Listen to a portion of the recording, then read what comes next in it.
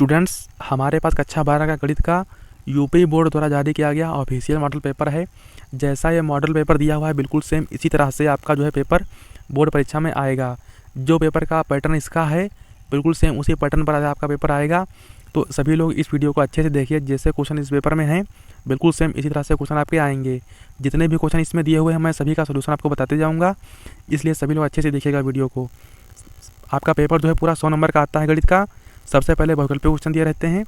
आइए देखते हैं इसमें कौन कौन से क्वेश्चन आए हुए हैं। जैसे पहला क्वेश्चन दिया हुआ है, मान लीजिए कि f(x) = 3x द्वारा परिभाषित फलन f such that r tends to r है। सही उत्तर चुनिए। नीचे 4 विकल्प दिए हुए हैं, आपको जो है सही वाला टिक करके लिखना है। अगला क्वेश्चन है इसी में, यदि समुच्चय n में r = a, b such that a = b-2 b is greater than 6 द्वारा प्रदत्त संबंध r है। निम्नलिखित में से सही उत्तर चुनिए। नीचे 4 विकल्प दिए हैं, आपको सही उत्तर लिखना है। तो b की वैल्यू जो है 6 से अधिक दी हुई है। तो b की वैल्यू देखिए दूसरे वाले में और तीसरे वाले में जो है 6 से अधिक है, यानी कि 8 है। फोर्थ वाले में भी 7 है, लेकिन वो जो है आपका गलत ऑप्शन है। तो इसमें जो है आपका तीसरा ऑप्शन सही होगा। a = b-2, a की वैल्यू 6 हो जाएगी और b की वैल्यू अब जब आप 8 रखोगे तो 8 में से 2 जाएगा तो 6 बचेगा, 6 = 6 हो जाएगा। इसलिए आपका तीसरा ऑप्शन सही होगा। 6, 8 बिलोंग्स टू r।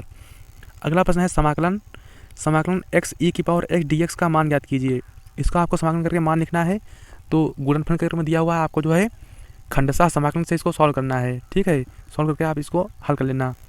अगला प्रश्न दिया हुआ है घ वाला प्रश्न दिया हुआ है, अवकल समीकरण 2x² d2y/dx2 - 3dy/dx + y = 0 की कोट है। अवकल समीकरण की कोट आपको बताना है। तो अवकल समीकरण में जो उच्चतम कोट या अवकलज होता है वही आपके जो है अवकल समीकरण की कोट होती है। यहाँ पर उच्चतम कोट अवकलज d2y/dx2 है, तो इसकी कोट जो है 2 होगी। कोट और घात का एक प्रश्न आपका जो है बोर्ड परीक्षा में 100% पक्का है, आएगा जरूर, इसलिए इसको अच्छे समझ लीजिए। जो उच्चतम कोट अवकलज होता है जैसे d2y/dx2 है तो इसकी कोट जो है 2 होगी। यदि यहाँ पर d3y/dx3 होता तो उसकी कोट 3 हो जाती। ठीक है, तो ये हो जाएगी कोट इसकी। और उच्चतम कोट अवकलज की घात उस अवकल समीकरण की घात कहलाती है। d2y/dx2 की जो पावर होगी, जो उच्चतम कोटि अवकलज है उसी की पावर अवकल समीकरण की पावर कहलाएगी। अगला प्रश्न देखते हैं, यदि सदिश 2i + j + k और i - 4j + λk परस्पर लंब हैं तो लैम्डा का मान ज्ञात कीजिए। दोनों लंबवत दिए हुए हैं तो vector a dot vector b = 0 होगा। तो इन दोनों को गुणा करके लैम्डा की वैल्यू आप ज्ञात कर लेना। 2 की गुणा कर देना 1 से, फिर -4 की 1 से हो जाएगी और लैम्डा की 1 से गुणा हो जाएगी। तो इसको सॉल्व कर लेना, लैम्डा की वैल्यू आपकी आ जाएगी। सभी क्वेश्चन ये जो है 1-1 नंबर के थे, 5 क्वेश्चन दिए हुए थे। अगला प्रश्न नंबर 2 देखते हैं। इसमें भी जो है 1 नंबर के सब प्रश्न दिए हुए हैं। पहला क्वेश्चन है cot इनवर्स -1/√3 का मुख्य मान ज्ञात कीजिए। एक क्वेश्चन मुख्य मान से पक्का आएगा 100%। इसको भी अच्छे से तैयार कर लेना। आपको जो मुख्य मान निकालना है तो पहले cot इनवर्स -1/√3 को x के बराबर मान लीजिए, फिर इसको जो है अच्छे से सॉल्व कर लेना आप। अगला प्रश्न दिया हुआ है, दिखाइए कि फलन f(x) = मापांक x 0 पर संतत है। संतत आपको दिखाना है तो LHL और RHL लेफ्ट हैंड लिमिट और राइट हैंड लिमिट दोनों को आपको बराबर दिखाना है। Limit x tend to 0 f(x) करके आप जो है सो सॉल्व कर लेना। अगला प्रश्न दिया हुआ है, अवकल समीकरण xy d2y/dx2 + x dy/dx का होल स्क्वायर - y dy/dx = 0 की कोट एवं घात बताइए। अब इसमें कोट जो है आपकी d2y/dx2 2 दी हुई है, तो ये जो है कोट आपकी 2 हो जाएगी और इसी की पावर आपकी जो है पूछ रहा है घात बताइए, तो घात आपकी 1 होगी। d2y/dx2 की जो पावर होगी उच्चतम कोटि अवकलज की वही अवकल समीकरण की घात होती है, तो इसकी पावर जो है 1 दी हुई है तो 1 होगा। अब आप कहेंगे कि यहाँ पर जो है dy/dx का होल स्क्वायर दिया हुआ है तो घात जो है 2 होनी चाहिए, लेकिन घात 2 नहीं होती है। जो उच्चतम कोटि अवकलज होता है उसी की पावर अवकल समीकरण की घात होती है। तो d2y/dx2 आपका जो है उच्चतम कोटि अवकलज है तो कोट हो जाएगी 2 और घात हो जाएगी 1। अगला प्रश्न दिया हुआ है, 2 बिंदुओं -2, 4, -5 और 1, 2, 3 को मिलाने वाली रेखा की दिक् कोसाइन ज्ञात कीजिए। तो 2 बिंदुओं से होकर जाने वाली रेखा का पहले आप समीकरण लिख लीजिए, उसके बाद में आपके जो है दिक् अनुपात निकल आएंगे। x2 - x1, y2 - y1, z2 - z1 ये आपके जो है दिक् अनुपात हो जाएंगे और इसी से फिर बाद में आप दिक् कोसाइन निकाल लेना, दिक् कोसाइन। अगला क्वेश्चन दिया हुआ है, यदि PA = 7/13, PB = 9/13 और PA इंटरसेक्शन B = 4/13 तो PA/B का मान ज्ञात कीजिए। PA/B का डायरेक्ट सूत्र होता है PA/B बराबर हो जाएगा PA इंटरसेक्शन B/PB। इसको रख के आप जो है इसको सॉल्व कर लेना। PA इंटरसेक्शन B की वैल्यू रखोगे 4/13 और नीचे हो जाएगा 9/13। 13 हो जाएगा कैंसिल, बस आपका उत्तर हो जाएगा 4/9। ये आपका आंसर हो जाएगा। इस तरह से जब है जो है ये 5 क्वेश्चन दिए हुए थे 1-1 नंबर के। अगला क्वेश्चन नंबर 3 दिया हुआ है, सभी खंड कीजिए। आप क्वेश्चन जो है 2-2 नंबर के प्रश्न दिए हुए हैं। पहला क्वेश्चन है, यदि a बराबर 1,2 तथा b बराबर 3,4 है तो a और b में संबंधों की संख्या याद कीजिए। a और b में संबंधों की संख्या आपको लिखनी है। तो 1 3 हो जाएगा, 1 4 हो जाएगा, 2 3 हो जाएगा, 2 4 हो जाएगा। ये संबंधों की संख्या हो जाएगी, 4 हो जाएंगे।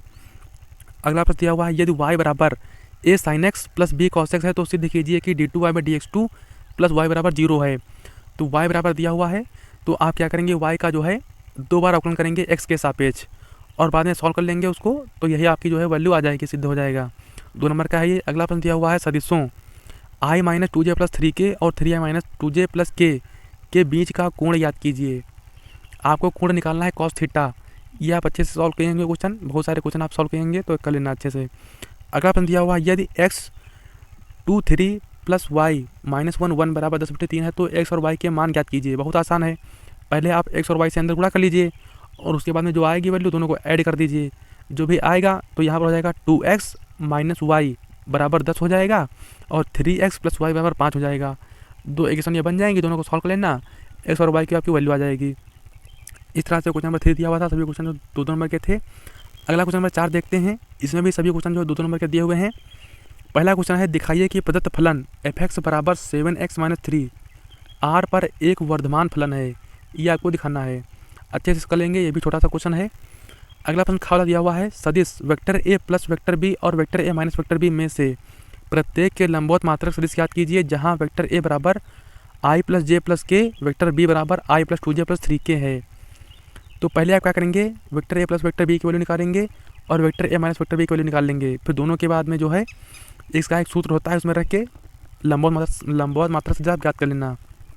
अगला क्वेश्चन दिया हुआ है, उस समांतर चतुर्भुज का क्षेत्रफल याद कीजिए जिसकी संलग्न भुजाएं वेक्टर a बराबर 3i + j + 4k और वेक्टर b बराबर i - j + k द्वारा दी गई हैं।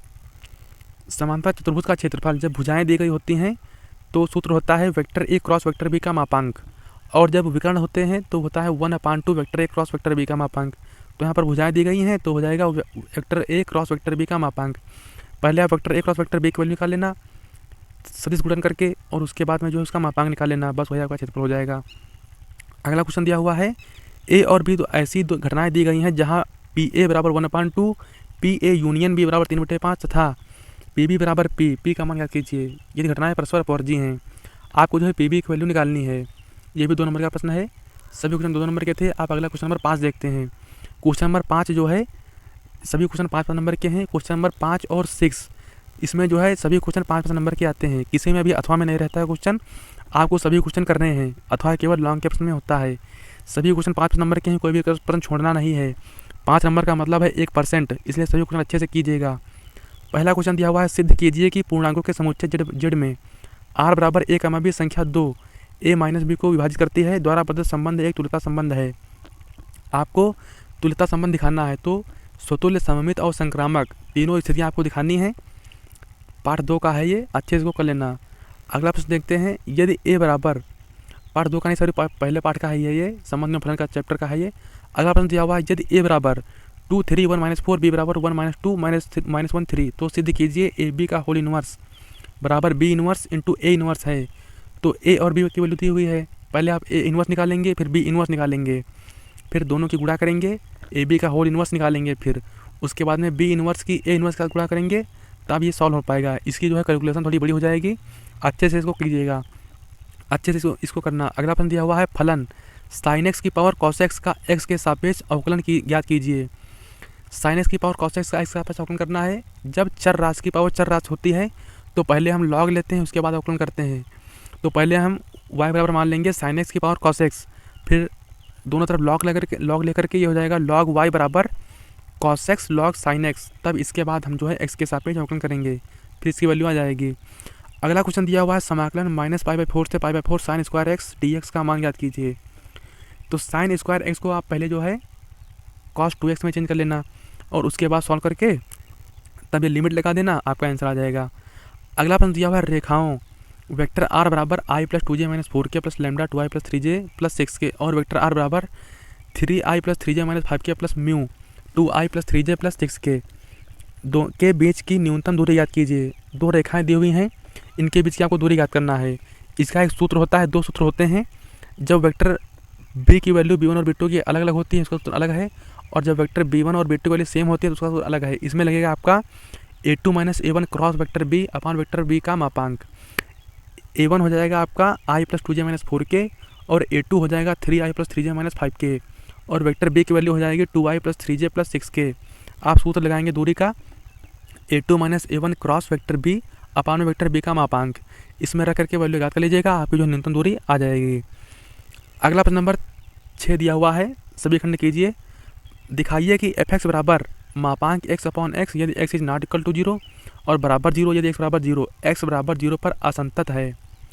असंतत आपको दिखाना है तो LHL और RHL की वैल्यू आप निकालेंगे। लेफ्ट हैंड लिमिट और राइट हैंड लिमिट दोनों की वैल्यू जब सेम नहीं आएगी तो आपका असंतत होगा। यहाँ पर जो है LHL is not equal to RHL होगा, तो वहाँ पर जो है आपको सॉल्व कर लेना, आ जाएगा LHL is not equal to RHL, तो ये जो है असंतत होगा, कर लेना इसको।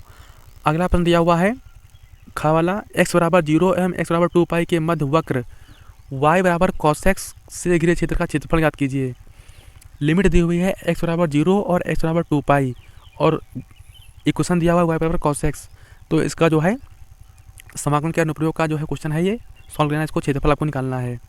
लिमिट आप ध्यान रखिएगा, यही लिमिट लगानी है 0 से 2 पाई। 5 नंबर का प्रश्न है ये। अगला प्रश्न दिया हुआ है p का मान याद कीजिए ताकि रेखाएं परस्पर लंब हों। दो रेखाएं दी हुई हैं, पहले इन रेखाओं को आपको मानक रूप में लिखना है, x माइनस x1 अपान x माइनस x1 करके y minus y1 z minus z1 करके अपान a1 b1 c2 a2 b2 c2 करके लिखना है। उसके बाद में जो लंबवत हैं तो इनके जो दिक् अनुपात होंगे उनका गुणनफल बराबर 0 होगा। a1 a2 plus b1 b2 plus c1 c2 बराबर 0। इसी इक्वेशन में रख के, इसी सूत्र में रख के आपके जो है p की मान आ जाएगा। अगला प्रश्न दिया हुआ है अगला प्रश्न है निम्नलिखित विरोधों के अंतर्गत z बराबर 3x प्लस 2y का न्यूनतमीकरण कीजिए। इक्वेशन दी हुई है x plus Y is greater और equal than 8, 3x plus 5y is less और equal than 15, x is greater और इक्वल देन 0 और y इज ग्रेटर और इक्वल देन 0। पहले आप क्या करेंगे, दोनों जो समीकरण दी हुई हैं, दोनों जो समीकरण लिखी हुई हैं ये, इनको समीकरण के रूप में लिखेंगे, दोनों को सॉल्व करेंगे। दोनों समीकरणों में x बराबर 0 y बराबर 0 रखेंगे, सभी पॉइंट आ जाएंगे। उन पॉइंट के हिसाब से ग्राफ बनाएंगे अच्छे से और ग्राफ बना करके कोणीय बिंदु लिखेंगे। फिर जो है z का न्यूनतमीकरण आपको लिखना है, न्यूनतमीकरण लिख करके सॉल्व कर लेना। इस तरह से एक क्वेश्चन जो है रैखिक प्रोग्रामन का ये आएगा जरूर पेपर में, इसलिए इसको अच्छे से तैयार कर लेना। 5 नंबर का ये भी आएगा। कभी कभी जो है लॉन्ग के क्वेश्चन में भी ये क्वेश्चन आ जाता है। अगला प्रश्न दिया हुआ है एक छात्रावास में 60% विद्यार्थी हिंदी का, 40% अंग्रेजी का और 20% दोनों अखबार पढ़ते हैं। एक या छात्रा को यादच्छा चुना जाता है, तो ये जो है प्रायिकता का प्रश्न है, इसको आपको लेना। ये भी 5 नंबर का, 2.5 नंबर के हैं दोनों। अगला क्वेश्चन नंबर 7 है। अब क्वेश्चन नंबर 7, 8 और 9 ये जो है लॉन्ग के प्रश्न होते हैं। दोनों में क्वेश्चन जो है अथवा में दिए रहते हैं, तो आपको एक एक प्रश्न दोनों में से करना है। अब जैसे क्वेश्चन नंबर 7 में पहला क्वेश्चन दिया हुआ है, यदि ए इनवर्स बराबर, ए इनवर्स की वैल्यू दी हुई है, सारणिक दिया हुआ है, मैट्रिक्स आव्यूह दिया हुआ है, और बी बराबर बी की वैल्यू दी हुई है, बी वाला आव्यूह दिया हुआ है हो, तो ए बी का होल इनवर्स का मान याद कीजिए। इसको यदि आप करेंगे तो इसकी जो है कैलकुलेशन बहुत बड़ी हो जाएगी। ए इनवर्स दिया हुआ है और ए बी का होल इनवर्स निकालना है, ठीक है। तो ए बी का होल इनवर्स बराबर होता है B inverse into A inverse, ये इसका सूत्र होता है। ए बी का होल इनवर्स बराबर B inverse into A inverse. तो पहले आप बी इनवर्स निकालेंगे, वही बहुत बड़ा हो जाएगा निकालने में।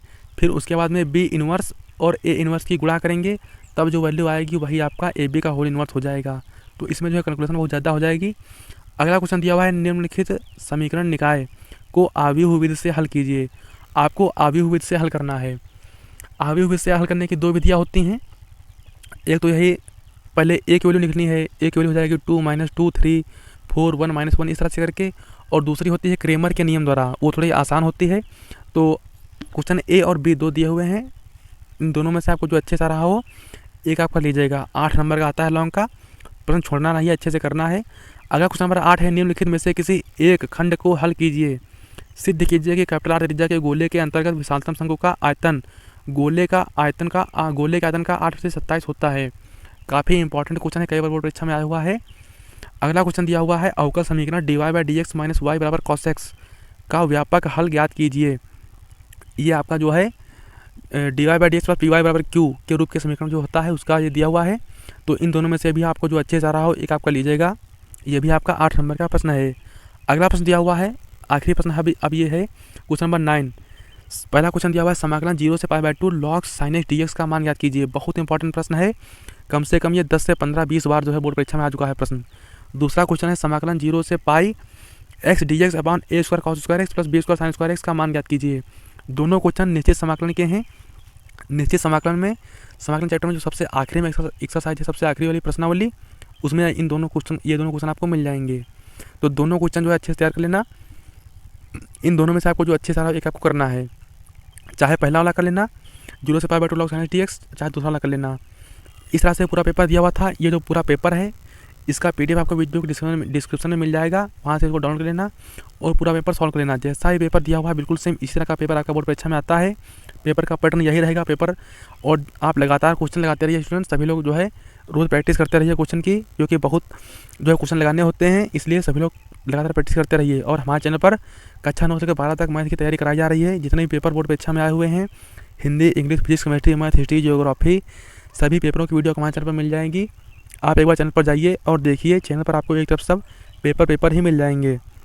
और जितने भी क्वेश्चन हैं कक्षा 12 गणित के, चैनल की हमने प्लेलिस्ट बना दी है। सभी चैप्टर की अलग अलग प्लेलिस्ट है। आपको सभी प्लेलिस्टों में एक तरफ से सब क्रमानुसार सोल्यूशन मिल जाएंगे। इसलिए सभी लोग हमारे चैनल को सब्सक्राइब कर लीजिए। और जितने भी पेपर हैं, जितने भी यूपी बोर्ड द्वारा जारी किए गए मॉडल पेपर हैं, हिंदी के, इंग्लिश के, फिजिक्स के, केमिस्ट्री के, मैथ के, हाई स्कूल के और इंटर के, बायोलॉजी के, सभी के मॉडल पेपर और उनके सोल्यूशन से वीडियो आपको हमारे चैनल पर मिल जाएंगे। इसलिए सभी लोग हमारे चैनल को सब्सक्राइब कर लीजिए। धन्यवाद। जय हिंद।